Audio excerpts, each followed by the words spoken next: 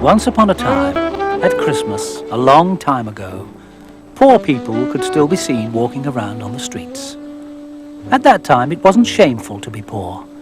So ragamuffins and lost souls didn't have to stay out of sight, but could walk around wherever they wanted.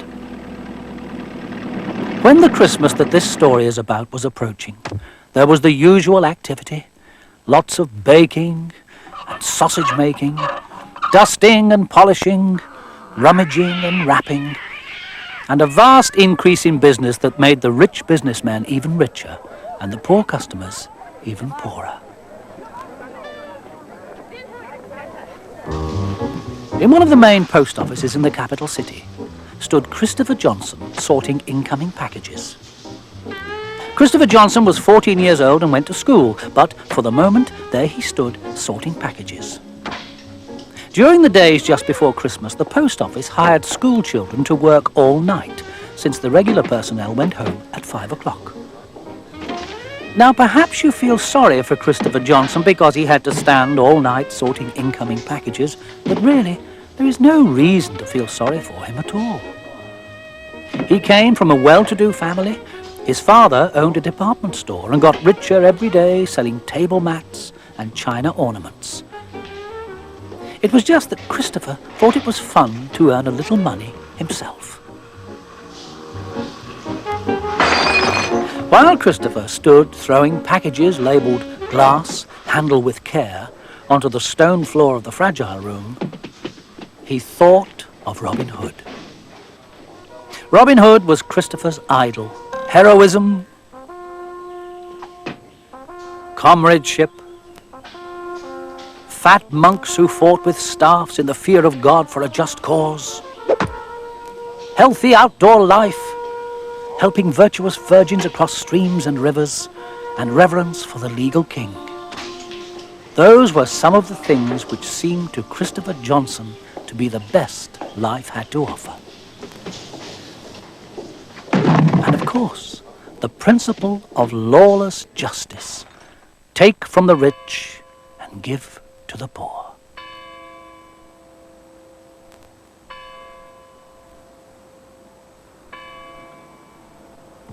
At 4 o'clock in the morning, with a sigh of relief, Christopher broke the last crystal vase wrapped up in cardboard against the concrete wall of the Royal Post Office and went home through the empty streets.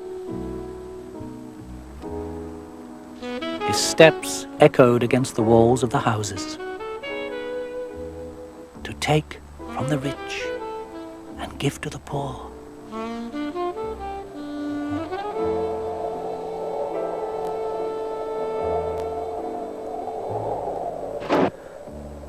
Christmas was near. These unfortunate people for whom the Salvation Army's pots are kept boiling. Goodwill to all men. The Christmas candles are lit again. Who lights a candle for those who wander in the dark? Dancing around the Christmas tree, a time of joy. Cold shines the star of Christmas on those who have no home. To take from the rich and give to the poor. To take from the rich and give to the poor. It was then that Christopher Johnson made his decision. At 12:30 the next day, Christopher was wakened by his loving mother. He got up, ate his 2 fried eggs and sausage, sneaked into his father's library, swiped his directory of tax assessments, and left for the post office. He began to sort incoming packages with the repetitious monotony that such a job imposed upon anyone who did it. But his eye checked on the addressee of every package. It was particularly the title before the name that interested him Titles like lathe turner, construction worker, nurse's aide, salesman, seamstress, titles like these he put on their respective piles of packages. But when he found a name with a title like director, he allowed the director's package to slip down into a special sack that he had beside him. That was also the place where packages ended up that were addressed to the likes of civil engineers, colonels' wives, bankers, mine owners, and real estate brokers. To take from the rich and give to the poor.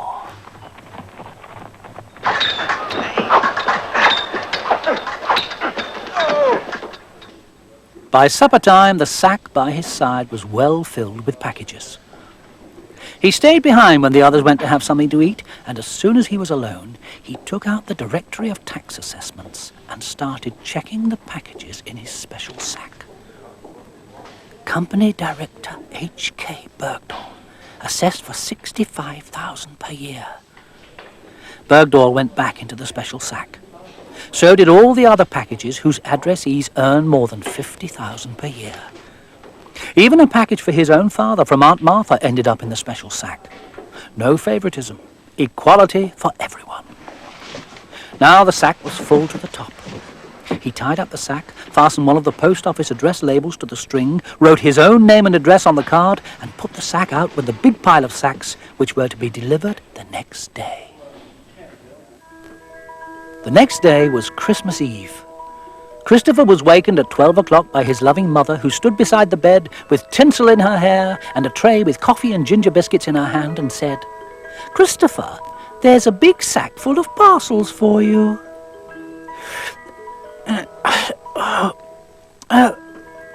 They're the ones I've got to sort out. There's a lot to do. Poor Christopher. Surely they don't expect you to work on Christmas Eve. "One has to do one's duty in life, you see, Mother," said Christopher. "A job well done gives inner satisfaction and is the foundation upon which society is built." Christopher's loving mother looked at her boy, moved and proud. "My dear little boy." Christopher went down to the hall where the sack stood, dragged it into his father's library, and emptied it on the floor. He sat down at his father's desk and took a book of gummed labels of the type his mother used on her homemade jam jars. On each label he wrote in red ink, "Merry Christmas from an unknown benefactor."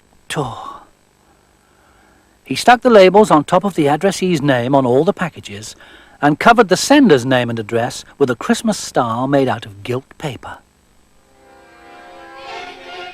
The living room was already filled with the Christmas spirit. Christmas songs came from the radio. Other Christmas songs came from the television set. Everyone was good and kind to the depths of their being. In short, Christmas had come.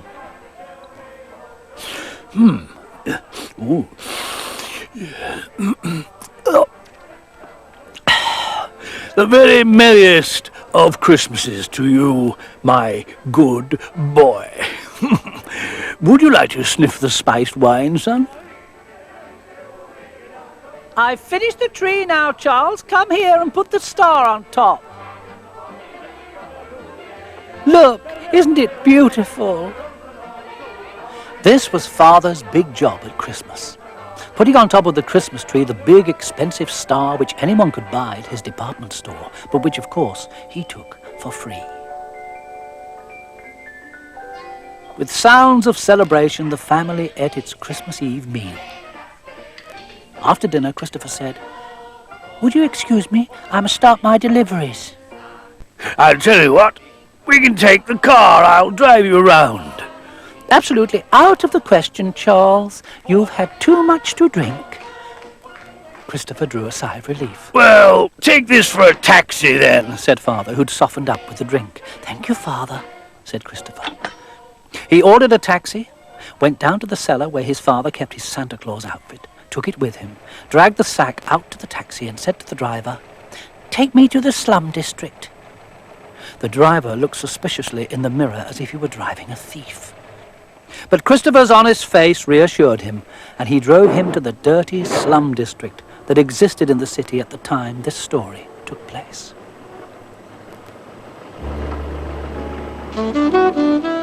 When Christopher had paid the taxi, he went into a doorway and put on his father's somewhat too large Santa Claus outfit. Then he went out on his humanitarian Christmas mission.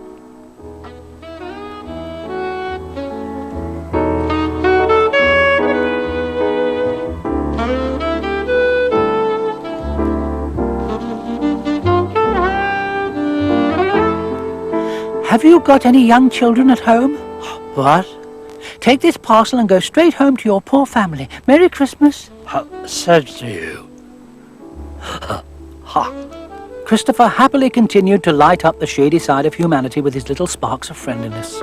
He knocked on the rottenest doors, approached the most ragged tramps, talked to the loneliest old people, and placed packages among the bottles in front of the saddest day workers at the beer hall.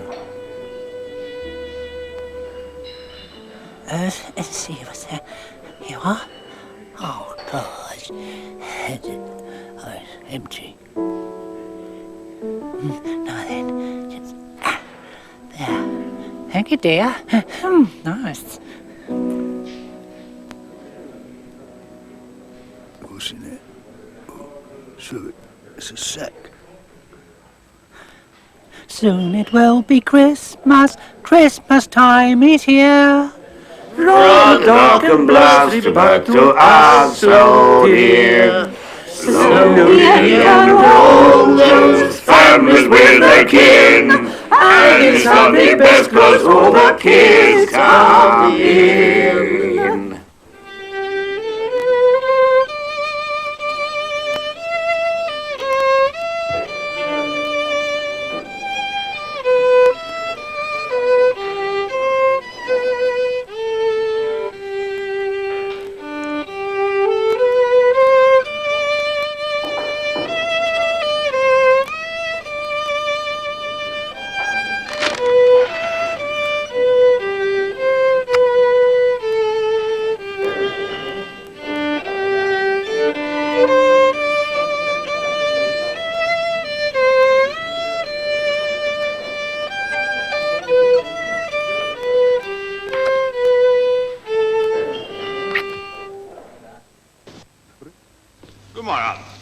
For Christopher, the rest of Christmas Eve passed in an atmosphere of inner joy, a feeling which good deeds give to those who do them.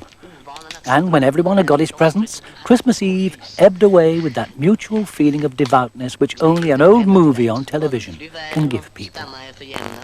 Jo, det skulle allt smaka det I ett nunnekloster. In the middle of the movie, the telephone rang. Oh, hello? Auntie Martha! Merry Christmas! What? A hand-painted china plate? No. No, we haven't received a hand-painted china plate. With a what? Oh, a flower motif. Carnations in a pot. No, I'm sorry, Auntie Martha, but we didn't receive... Yes, do that, Auntie Martha. Goodbye. Take care of yourself. Oh. Charles, can you hear me, Charles? Auntie Martha sent us a lovely hand-painted china plate. Oh, well, thank heavens it didn't arrive. Now be quiet. I'm watching television.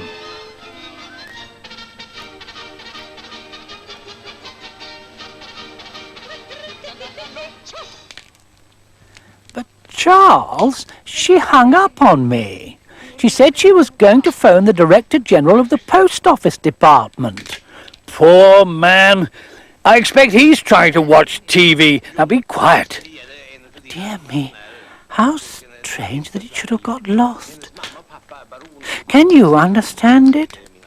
Christopher, you work at the post office?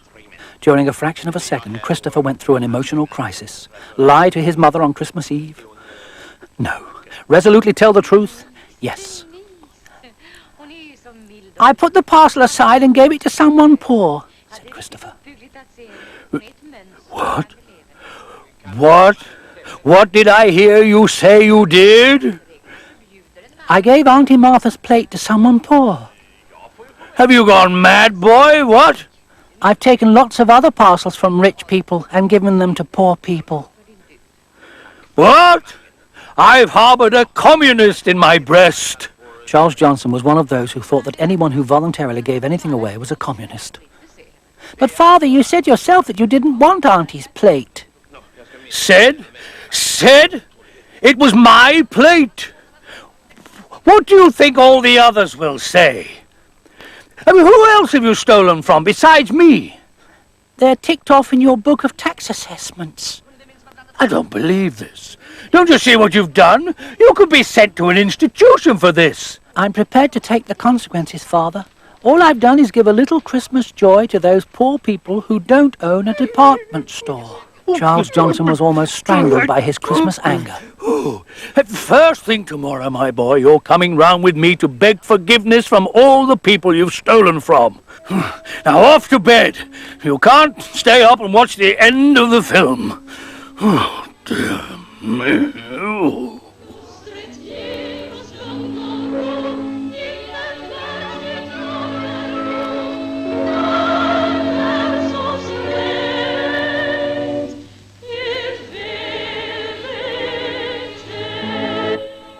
Christopher went to bed. He'd already read in the newspapers how the film ended. He went to sleep and dreamed that he was sleeping under the open sky in Sherwood Forest.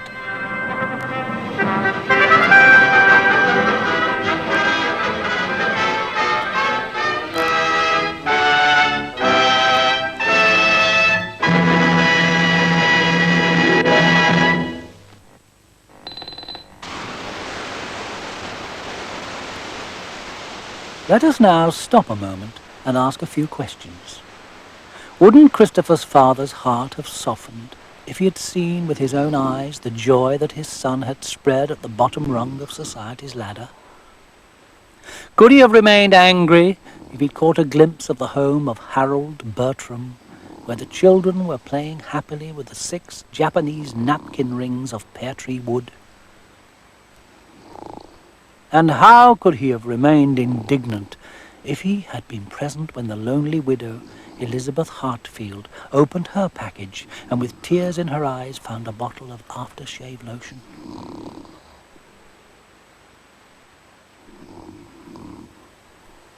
Such questions will never be answered. Charles Johnson fell asleep this Christmas night in anger.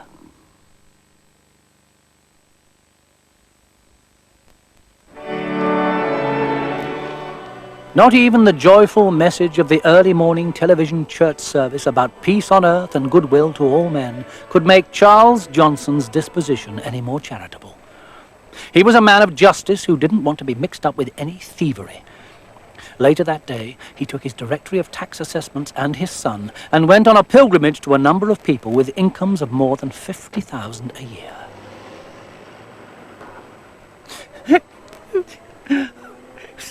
It's so embarrassing. Company director Bergdahl had a mahogany door and a maid. May we speak to Mr. Bergdahl? It's about a Christmas present. They were shown into a large room where Mr. Bergdahl was trying out the pool table he'd given his mother for a Christmas present. Yes, good afternoon, sir. Well, the thing is, I'm afraid my son has given one of your Christmas presents to someone poor. I wanted to say I'm sorry, but it's just that you're already so rich and happy without that present, so that I wanted to see that it spread a little sunshine on the lower rungs of society's ladder. Mr. Bergdahl stood with his mouth open. Well, my goodness, if that isn't the nicest thing I've heard since my confirmation. Have some cake. Oh, thank you. Oh, it must be Uncle Arthur's matchstick picture of the Taj Mahal by moonlight. He called yesterday to ask about it. I do so hope it was beautiful, because that's what I told him. Yes, that's what we usually say when they ask. Well, my goodness, one can't keep track of all the rubbish all those loonies in the family keep sending us. Thank you, young man, for relieving us from the Taj Mahal by moonlight.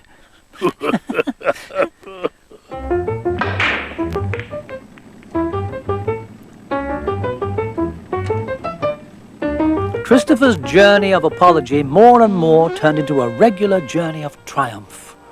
Everywhere he went, he was treated like a hero. And the joy of the families who'd been stolen from when they heard that the hand-knitted wool sweaters and specially designed paperweights had ended up with someone who needed them more knew no bounds. Charles Jonsson's embarrassment over his son's behavior was gradually replaced by a proud smile. Well, of course, I may not be the right person to suggest this, but all the same, it seems to me that the general consensus of opinion would make it appropriate for me to suggest 3 cheers for my son, Christopher. Hip, hip! Hooray! Hip, hip! Hooray! Hip, hip! Hooray! Oh, come along, my boy. Come along with me. Oh, yeah.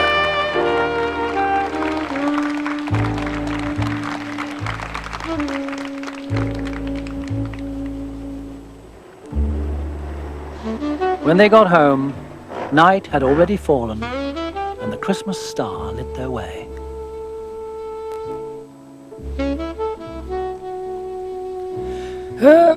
Hurry here, my dear.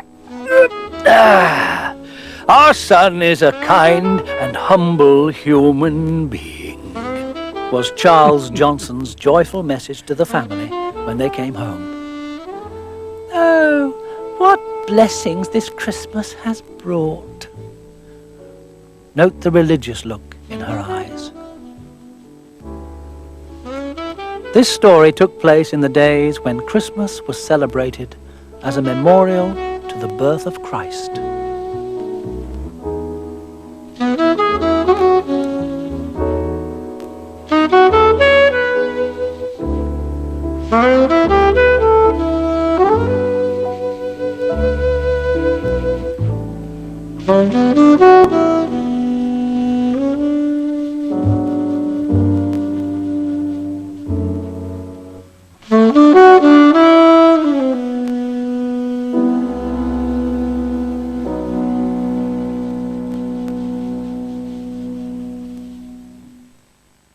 Merry Christmas.